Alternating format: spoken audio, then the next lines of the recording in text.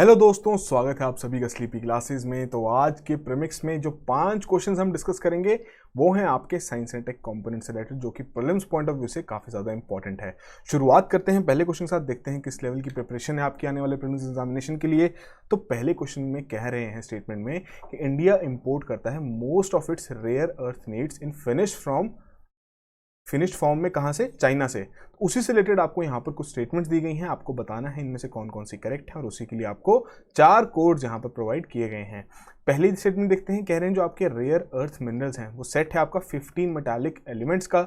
Second में कह रहे हैं India has the world's third largest reserves of rare earth elements. और थर्ड में कह रहे हैं कि जो आपका IREL लिमिटेड है, एक सरकारी ओन्ड कॉर्पोरेशन है, कि बेसिकली इसकी मोनोपोली है ओवर द प्राइमरी मिनरल जिसमें आपके इस तरीके के रेयर अर्थ एलिमेंट आते हैं। ठीक है जी, इंडिया के बारे में बात हो रही है। तो 3 स्टेटमेंट्स दी गई हैं, थोड़ा सोचिए इसके बारे में। काफ़ी कंपोनेंट्स यहाँ पर कवर हुए हैं, पॉलिटी के हिसाब से भी, geography as well as science. तो करेक्ट ऑप्शन मार्क कीजिए। डिस्कस करते हैं फिर इस क्वेश्चन को। देखिए, इस तरीके जितने भी टॉपिक्स रहते हैं जिनकी हम कह सकते हैं मल्टी डायमेंशनल अप्रोच रहेगी, कि आपको ज्योग्राफी तरीके से भी क्वेश्चन पूछा सकता है, पॉलिटी के तरीके से भी पूछा सकता है, साइंस के तरीके से पूछा सकता है। तो वही कोशिश करते हैं हम यहाँ पर ऐसे क्वेश्चन ऐड करने की, और वही यहाँ पर आपसे पूछा भी गया है। तो पहली स्टेटमेंट में जो बात हो रही है रेयर अर्थ मिनरल्स के बारे में, कि सेट है 15 मेटालिक एलिमेंट्स का, तो ये स्टेटमेंट आपकी गलत है। 17 मेटालिक एलिमेंट्स इसके अंदर आते हैं, अभी हम डिस्कस करेंगे। तो पहली स्टेटमेंट तो आपकी इनकरेक्ट होगी, तो उसी के बेसिस पर ए और बी ऑप्शन आप इजिली रूल आउट कर सकते हैं। सेकंड में कह रहे हैं कि ये तो बहुत ही सिंपल चीज पूछी गई है कि इंडिया की दुनिया में थर्ड लार्जेस्ट रिजर्व्स हैं रेयर अर्थ एलिमेंट्स की, तो ये स्टेटमेंट भी आपकी यहाँ पर गलत है। बेसिकली यहाँ पर 5th लार्जेस्ट रिजर्व्स हैं इंडिया के पास। तो फर्स्ट और सेकंड स्टेटमेंट आपकी गलत होगी, थर्ड यहाँ पर करेक्ट है, और वही आपकी करेक्ट ऑप्शन भी है। डी ऑप्शन करेक्ट ऑप्शन है कि IREL लिमिटेड सरकारी एंड ओन्ड कॉर्पोरेशन है जिसकी मोनोपोली है ओवर द प्राइमरी मिनरल जिसमें आपके रेयर अर्थ एलिमेंट्स आते हैं इंडिया में। तो क्यों इंपॉर्टेंट है डिस्कस करते हैं। तो फैक्चुअल नेचर का क्वेश्चन था, डिफिकल्टी लेवल हम मीडियम हार्ड कह सकते हैं यहाँ पर। तो जो आपके रेयर अर्थ एलिमेंट्स हैं, तो ये सेट है ऑफ 17 मेटालिक एलिमेंट्स। ठीक है जी, अब कौन कौन से 17? तो इसमें 15 तो आपके लेंथेनाइड्स हैं। कमेंट बॉक्स में बताइए कौन कौन से एलिमेंट्स इसके अंदर आते हैं जो कि पीरियोडिक टेबल में है, plus scandium as well as yttrium. तो ये हैं आपके 17 एलिमेंट्स जिनके बारे में यहाँ पर फर्स्ट स्टेटमेंट में बात की जा रही थी।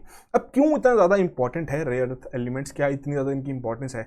तो बात क्या है कि जो इनकी एप्लीकेशंस है वो काफ़ी मल्टी डायमेंशनल है, काफ़ी एफिशिएंट तरीके से काम करते हैं। जैसे कि हमारे जो हाई टेक कंज्यूमर प्रोडक्ट्स हो गए, सेलुलर टेलीफोन्स हो गए, कंप्यूटर हार्ड ड्राइव्स होगी, इलेक्ट्रिक हाइब्रिड व्हीकल्स होगी, तो इन सभी चीज़ों में इनका काफ़ी ज़्यादा यूज़ किया जा रहा है। और जिस तरीके से हम ग्रो कर रहे हैं, टेक्नोलॉजी ग्रो कर रही है, तो इनका यूज़ बढ़ता जाएगा, डिमांड भी बढ़ती जाएगी, और कहीं ना कहीं जो उनका रेट रहेगा, जो प्राइस रहेगा, वो भी बढ़ता जाएगा।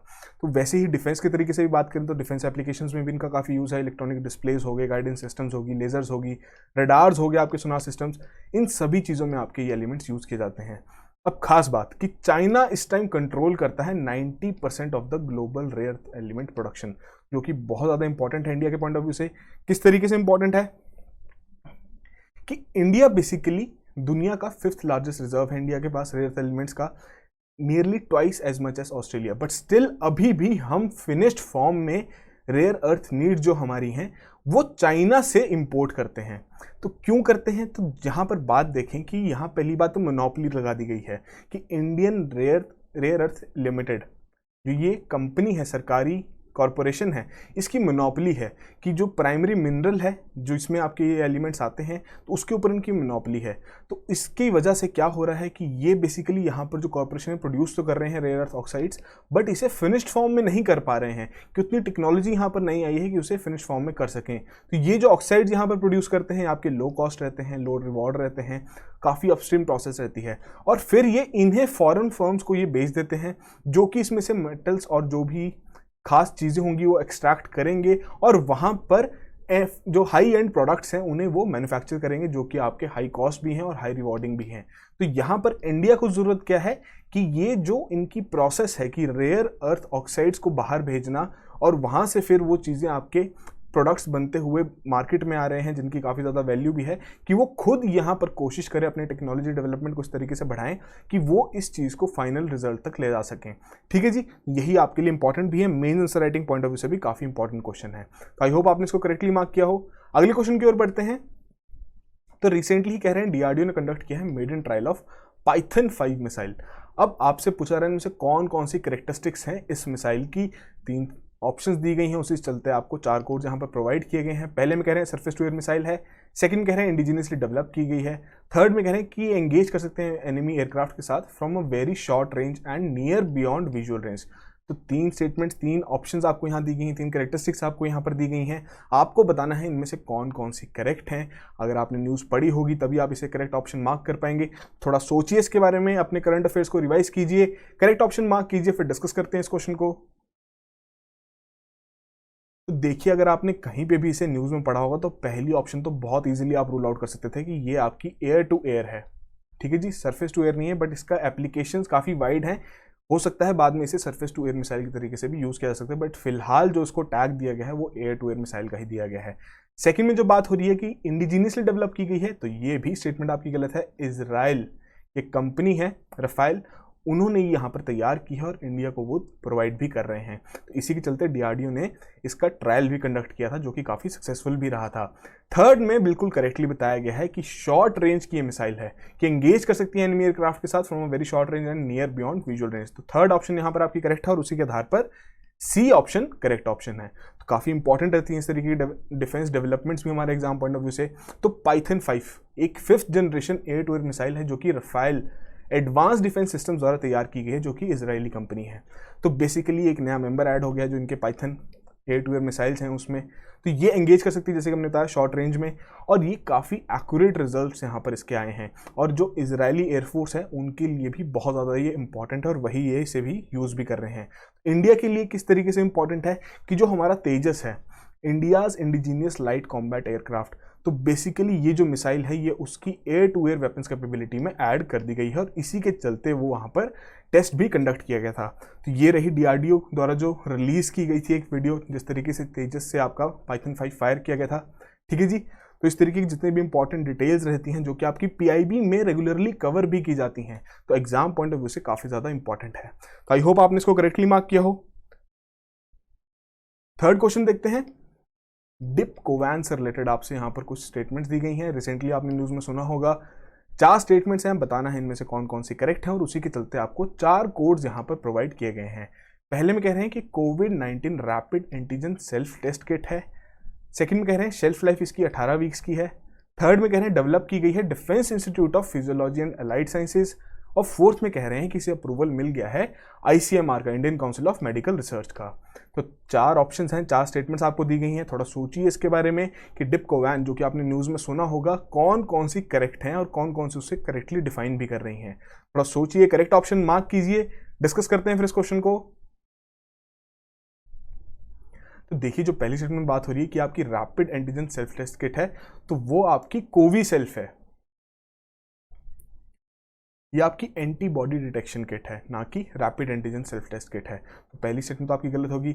शेल्फ लाइफ के बारे में बात हो रही है तो वो 18 वीक्स की नहीं है, ये बेसिकली आपकी 18 मंथ्स की इसकी शेल्फ लाइफ है।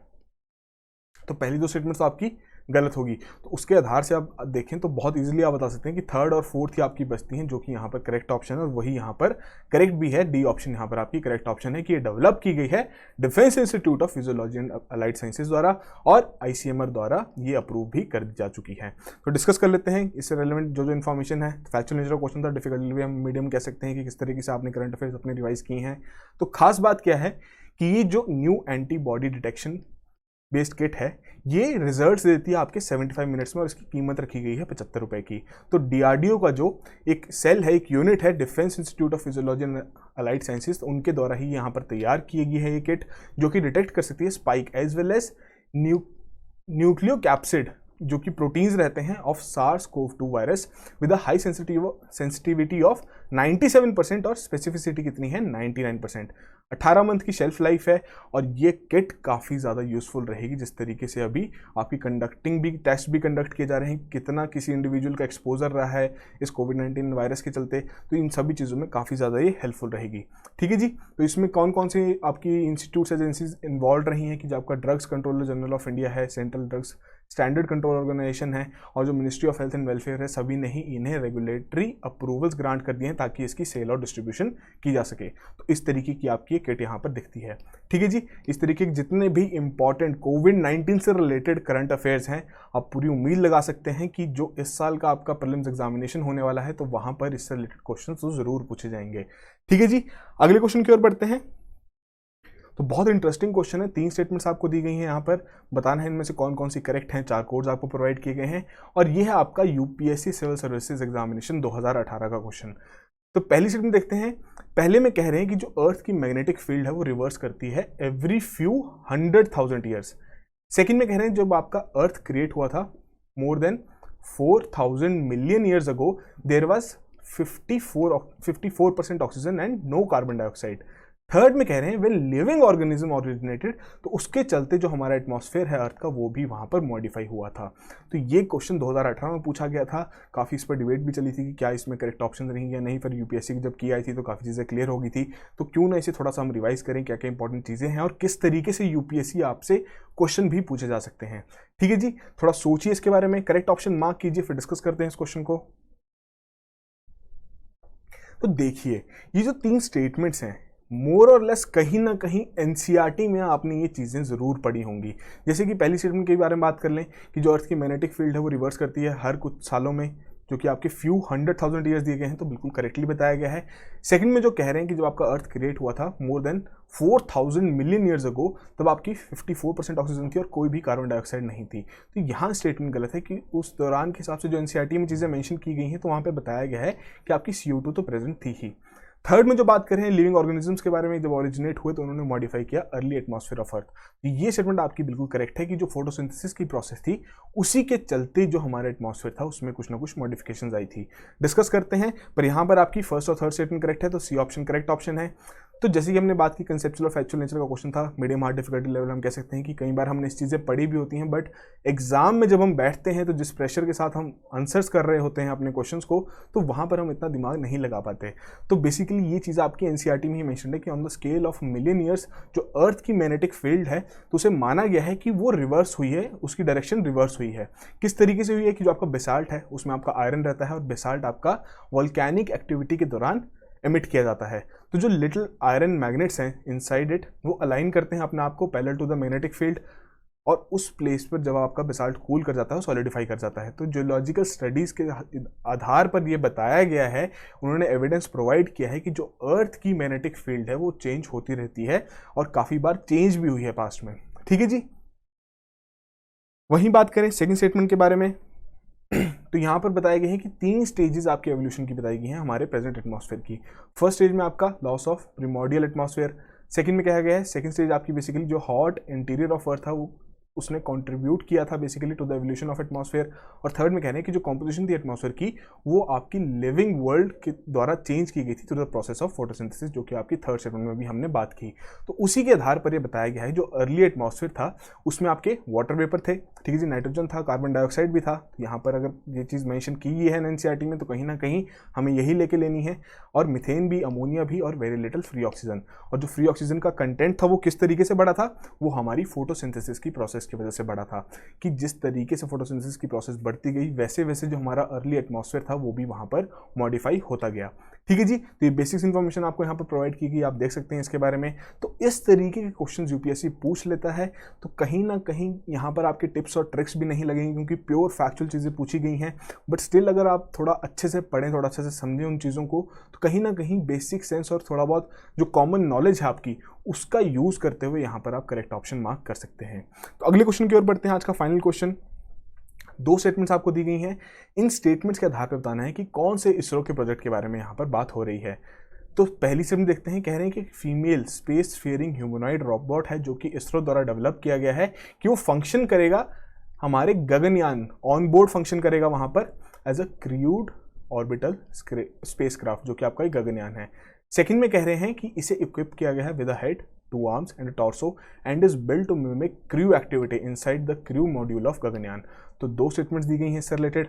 इसरो के कौन से प्रोजेक्ट के बारे में बात हो रही है, तो उसके लिए आपको 4 ऑप्शंस दी गई हैं, निसार, रोहिणी, वयोमित्रा या फिर नन ऑफ द अबव, की इनमें से कोई भी नहीं है। थोड़ा सोचिए, करंट अफेयर रिलेटेड क्वेश्चन है आपके लिए, करेक्ट ऑप्शन मार्क कीजिए, फिर डिस्कस करते हैं इस क्वेश्चन को।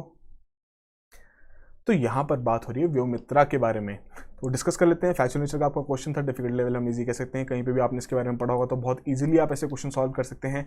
तो व्योमित्रा आपका एक फीमेल ह्यूमनॉइड यहाँ पर तैयार किया जा रहा है, जिसमें बेसिकली ये इसरो द्वारा तैयार किया जा रहा है ताकि जो हमारा गगनयान मिशन है उसमें इसे भेजा जा सके, जो हमारा पहला फर्स्ट अनमैन्ड गगनयान मिशन है उसमें भेजा जा सके। तो वो बेसिकली क्या करेगा कि वो मॉनिटर कर सकता है मॉड्यूल के पैरामीटर्स, अलर्ट कर सकता है एस्ट्रोनॉट्स को, परफॉर्म कर सकता है लाइफ सपोर्ट ऑपरेशंस, तो इन सभी चीज़ों में काफ़ी ज़्यादा हेल्पफुल रहेगा। ठीक है जी, साथ के साथ इससे यूजफुल भी किया जाएगा to simulate as if human is flying. तो यहाँ पर जो हमारा गगनयान मिशन है जिसकी शेड्यूलिंग रखी गई है दिसंबर 2021 के लिए, तो अब देखते हैं किस तरीके से इसरो इसकी तैयारी करता है और कैसे ये से लॉन्च कर पाता है। ठीक है जी, तो ये थे आज के हमारे 5 क्वेश्चंस। आई होप आप में से सभी ने 5 आउट ऑफ 5 यहाँ पर स्कोर किया हो, बट स्टिल जो भी आपका स्कोर रहा है कमेंट बॉक्स में जरूर मेंशन कीजिए और इसी तरीके से रेगुलरली इस इनिशिएटिव को फॉलो करते रहिए, क्योंकि आपका प्रीलिम्स का समय नज़दीक आ रहा है। कहीं ना कहीं जितनी ज़्यादा प्रैक्टिस करेंगे उतनी ही ज़्यादा चीज़ें आप रिटेन कर पाएंगे और उतना ही बेहतर आपका प्रीलिम्स का स्कोर रहेगा। उसी से रिलेटेड हमारी जो प्रीमिक्स रिवीजन सीरीज लॉन्च की गई है कि हर दिन मंडे से आपके 3 क्वेश्चंस पूछे जाएंगे पुराने प्रीमिक्स से। ठीक है जी, रिवीजन सिलेबस जैसे कि आज आपको दे दिया जाएगा कि मंडे को जो आपको कौन कौन से प्रीमिक्स पढ़ने हैं, कैसे पढ़ने हैं और वहां से कौन से 3 क्वेश्चंस पूछे जाएंगे। तो जो सबसे पहले इसमें जितने भी आपके लास्ट के 3 रिवीजन क्वेश्चन रहेंगे उन्हें करेक्टली आंसर करेगा अपनी ईमेल आईडी के साथ, तो वहां पर उन्हें अमेजॉन का एक गिफ्ट कार्ड दिया जाएगा 500 रुपये का। ठीक है जी, किस तरीके से करना है कि आपको डिस्क्रिप्शन में लिंक प्रोवाइड कर दिया जाएगा, वहां पर आप जाएंगे, इस तरीके का आपको इंटरफेस मिलेगा जहां पर आपके सारे प्रीमिक्स कंपाइल्ड फॉर्मेट में मिलेंगे आपको सब्जेक्ट वाइज। तो यहाँ पर आपको एनरोल फॉर फ्री का ऑप्शन देखना है कि वहाँ पर फ्रीली आप एनरोल कर सकते हैं, चेक कर सकते हैं, आपको सारी वीडियोज़ यहाँ पे प्रोवाइड की गई हैं, पीडीएफ साथ में आपकी कंपाइल्ड फॉर्मेट में भी लास्ट फोल्डर में दी गई हैं। तो ये सभी चीज़ें आपको दी गई हैं यहाँ पर ताकि आप अच्छे से प्रिपेयर कर सकें और अच्छे से अपने प्रीमिक्स को रिवाइज कर सकें। तो अगर हम बात करें कि मंडे का क्या सिलेबस है, तो उसमें आपको ज्योग्राफी के प्रीमिक्स में जो आपके अक्टूबर और नवंबर के प्रीमिक्स हैं, जैसे कि आप यहाँ पे स्क्रीनशॉट में भी देख सकते हैं, यहाँ पर प्रोवाइड किए गए हैं, इस तरीके से आपको दिखेंगे या आपके प्लेटफॉर्म में। तो ये सब चीज़ें आपको रिवाइज करनी है। इन प्रीमिक्स से कोई भी 3 क्वेश्चन आपसे पूछे जा सकते हैं, अगर आपने करेक्टली आंसर कर दिया तो आपकी ईमेल आईडी पे वो गिफ्ट कार्ड भेज दिया जाएगा। ठीक है जी, और खास बात कि हमारा बैच 5 लॉन्च हो चुका है। इसमें आपका पीसीएम का बैच है जिसमें जीएस कंपोनेंट है, फिर आपके इंडिविजुअल जीएस सब्जेक्ट कोर्सेज भी अवेलेबल कर दिए गए हैं पहली बार। वहीं आपके ऑप्शनल सब्जेक्ट्स भी हैं, पीएसआर और सोशियोलॉजी, साथ साथ ऐसे कंपोनेंट भी है जो कि आपके मेंस आंसर राइटिंग के लिए बहुत ज़्यादा इंपॉर्टेंट है, और कुछ कॉम्बोज भी अवेलेबल हैं जो कि आपकी सहूलियत के लिए ही बनाए गए हैं। सभी डिटेल्स हमारी वेबसाइट पे अवेलेबल हैं, आप हमें कॉल भी कर सकते हैं अगर आपकी कोई भी डाउट्स या क्वेरीज हो। हम पूरी कोशिश करेंगे आपके हर एक डाउट को रिजॉल्व करने की। तो आज के लिए इतना ही। All the very best, have a good night.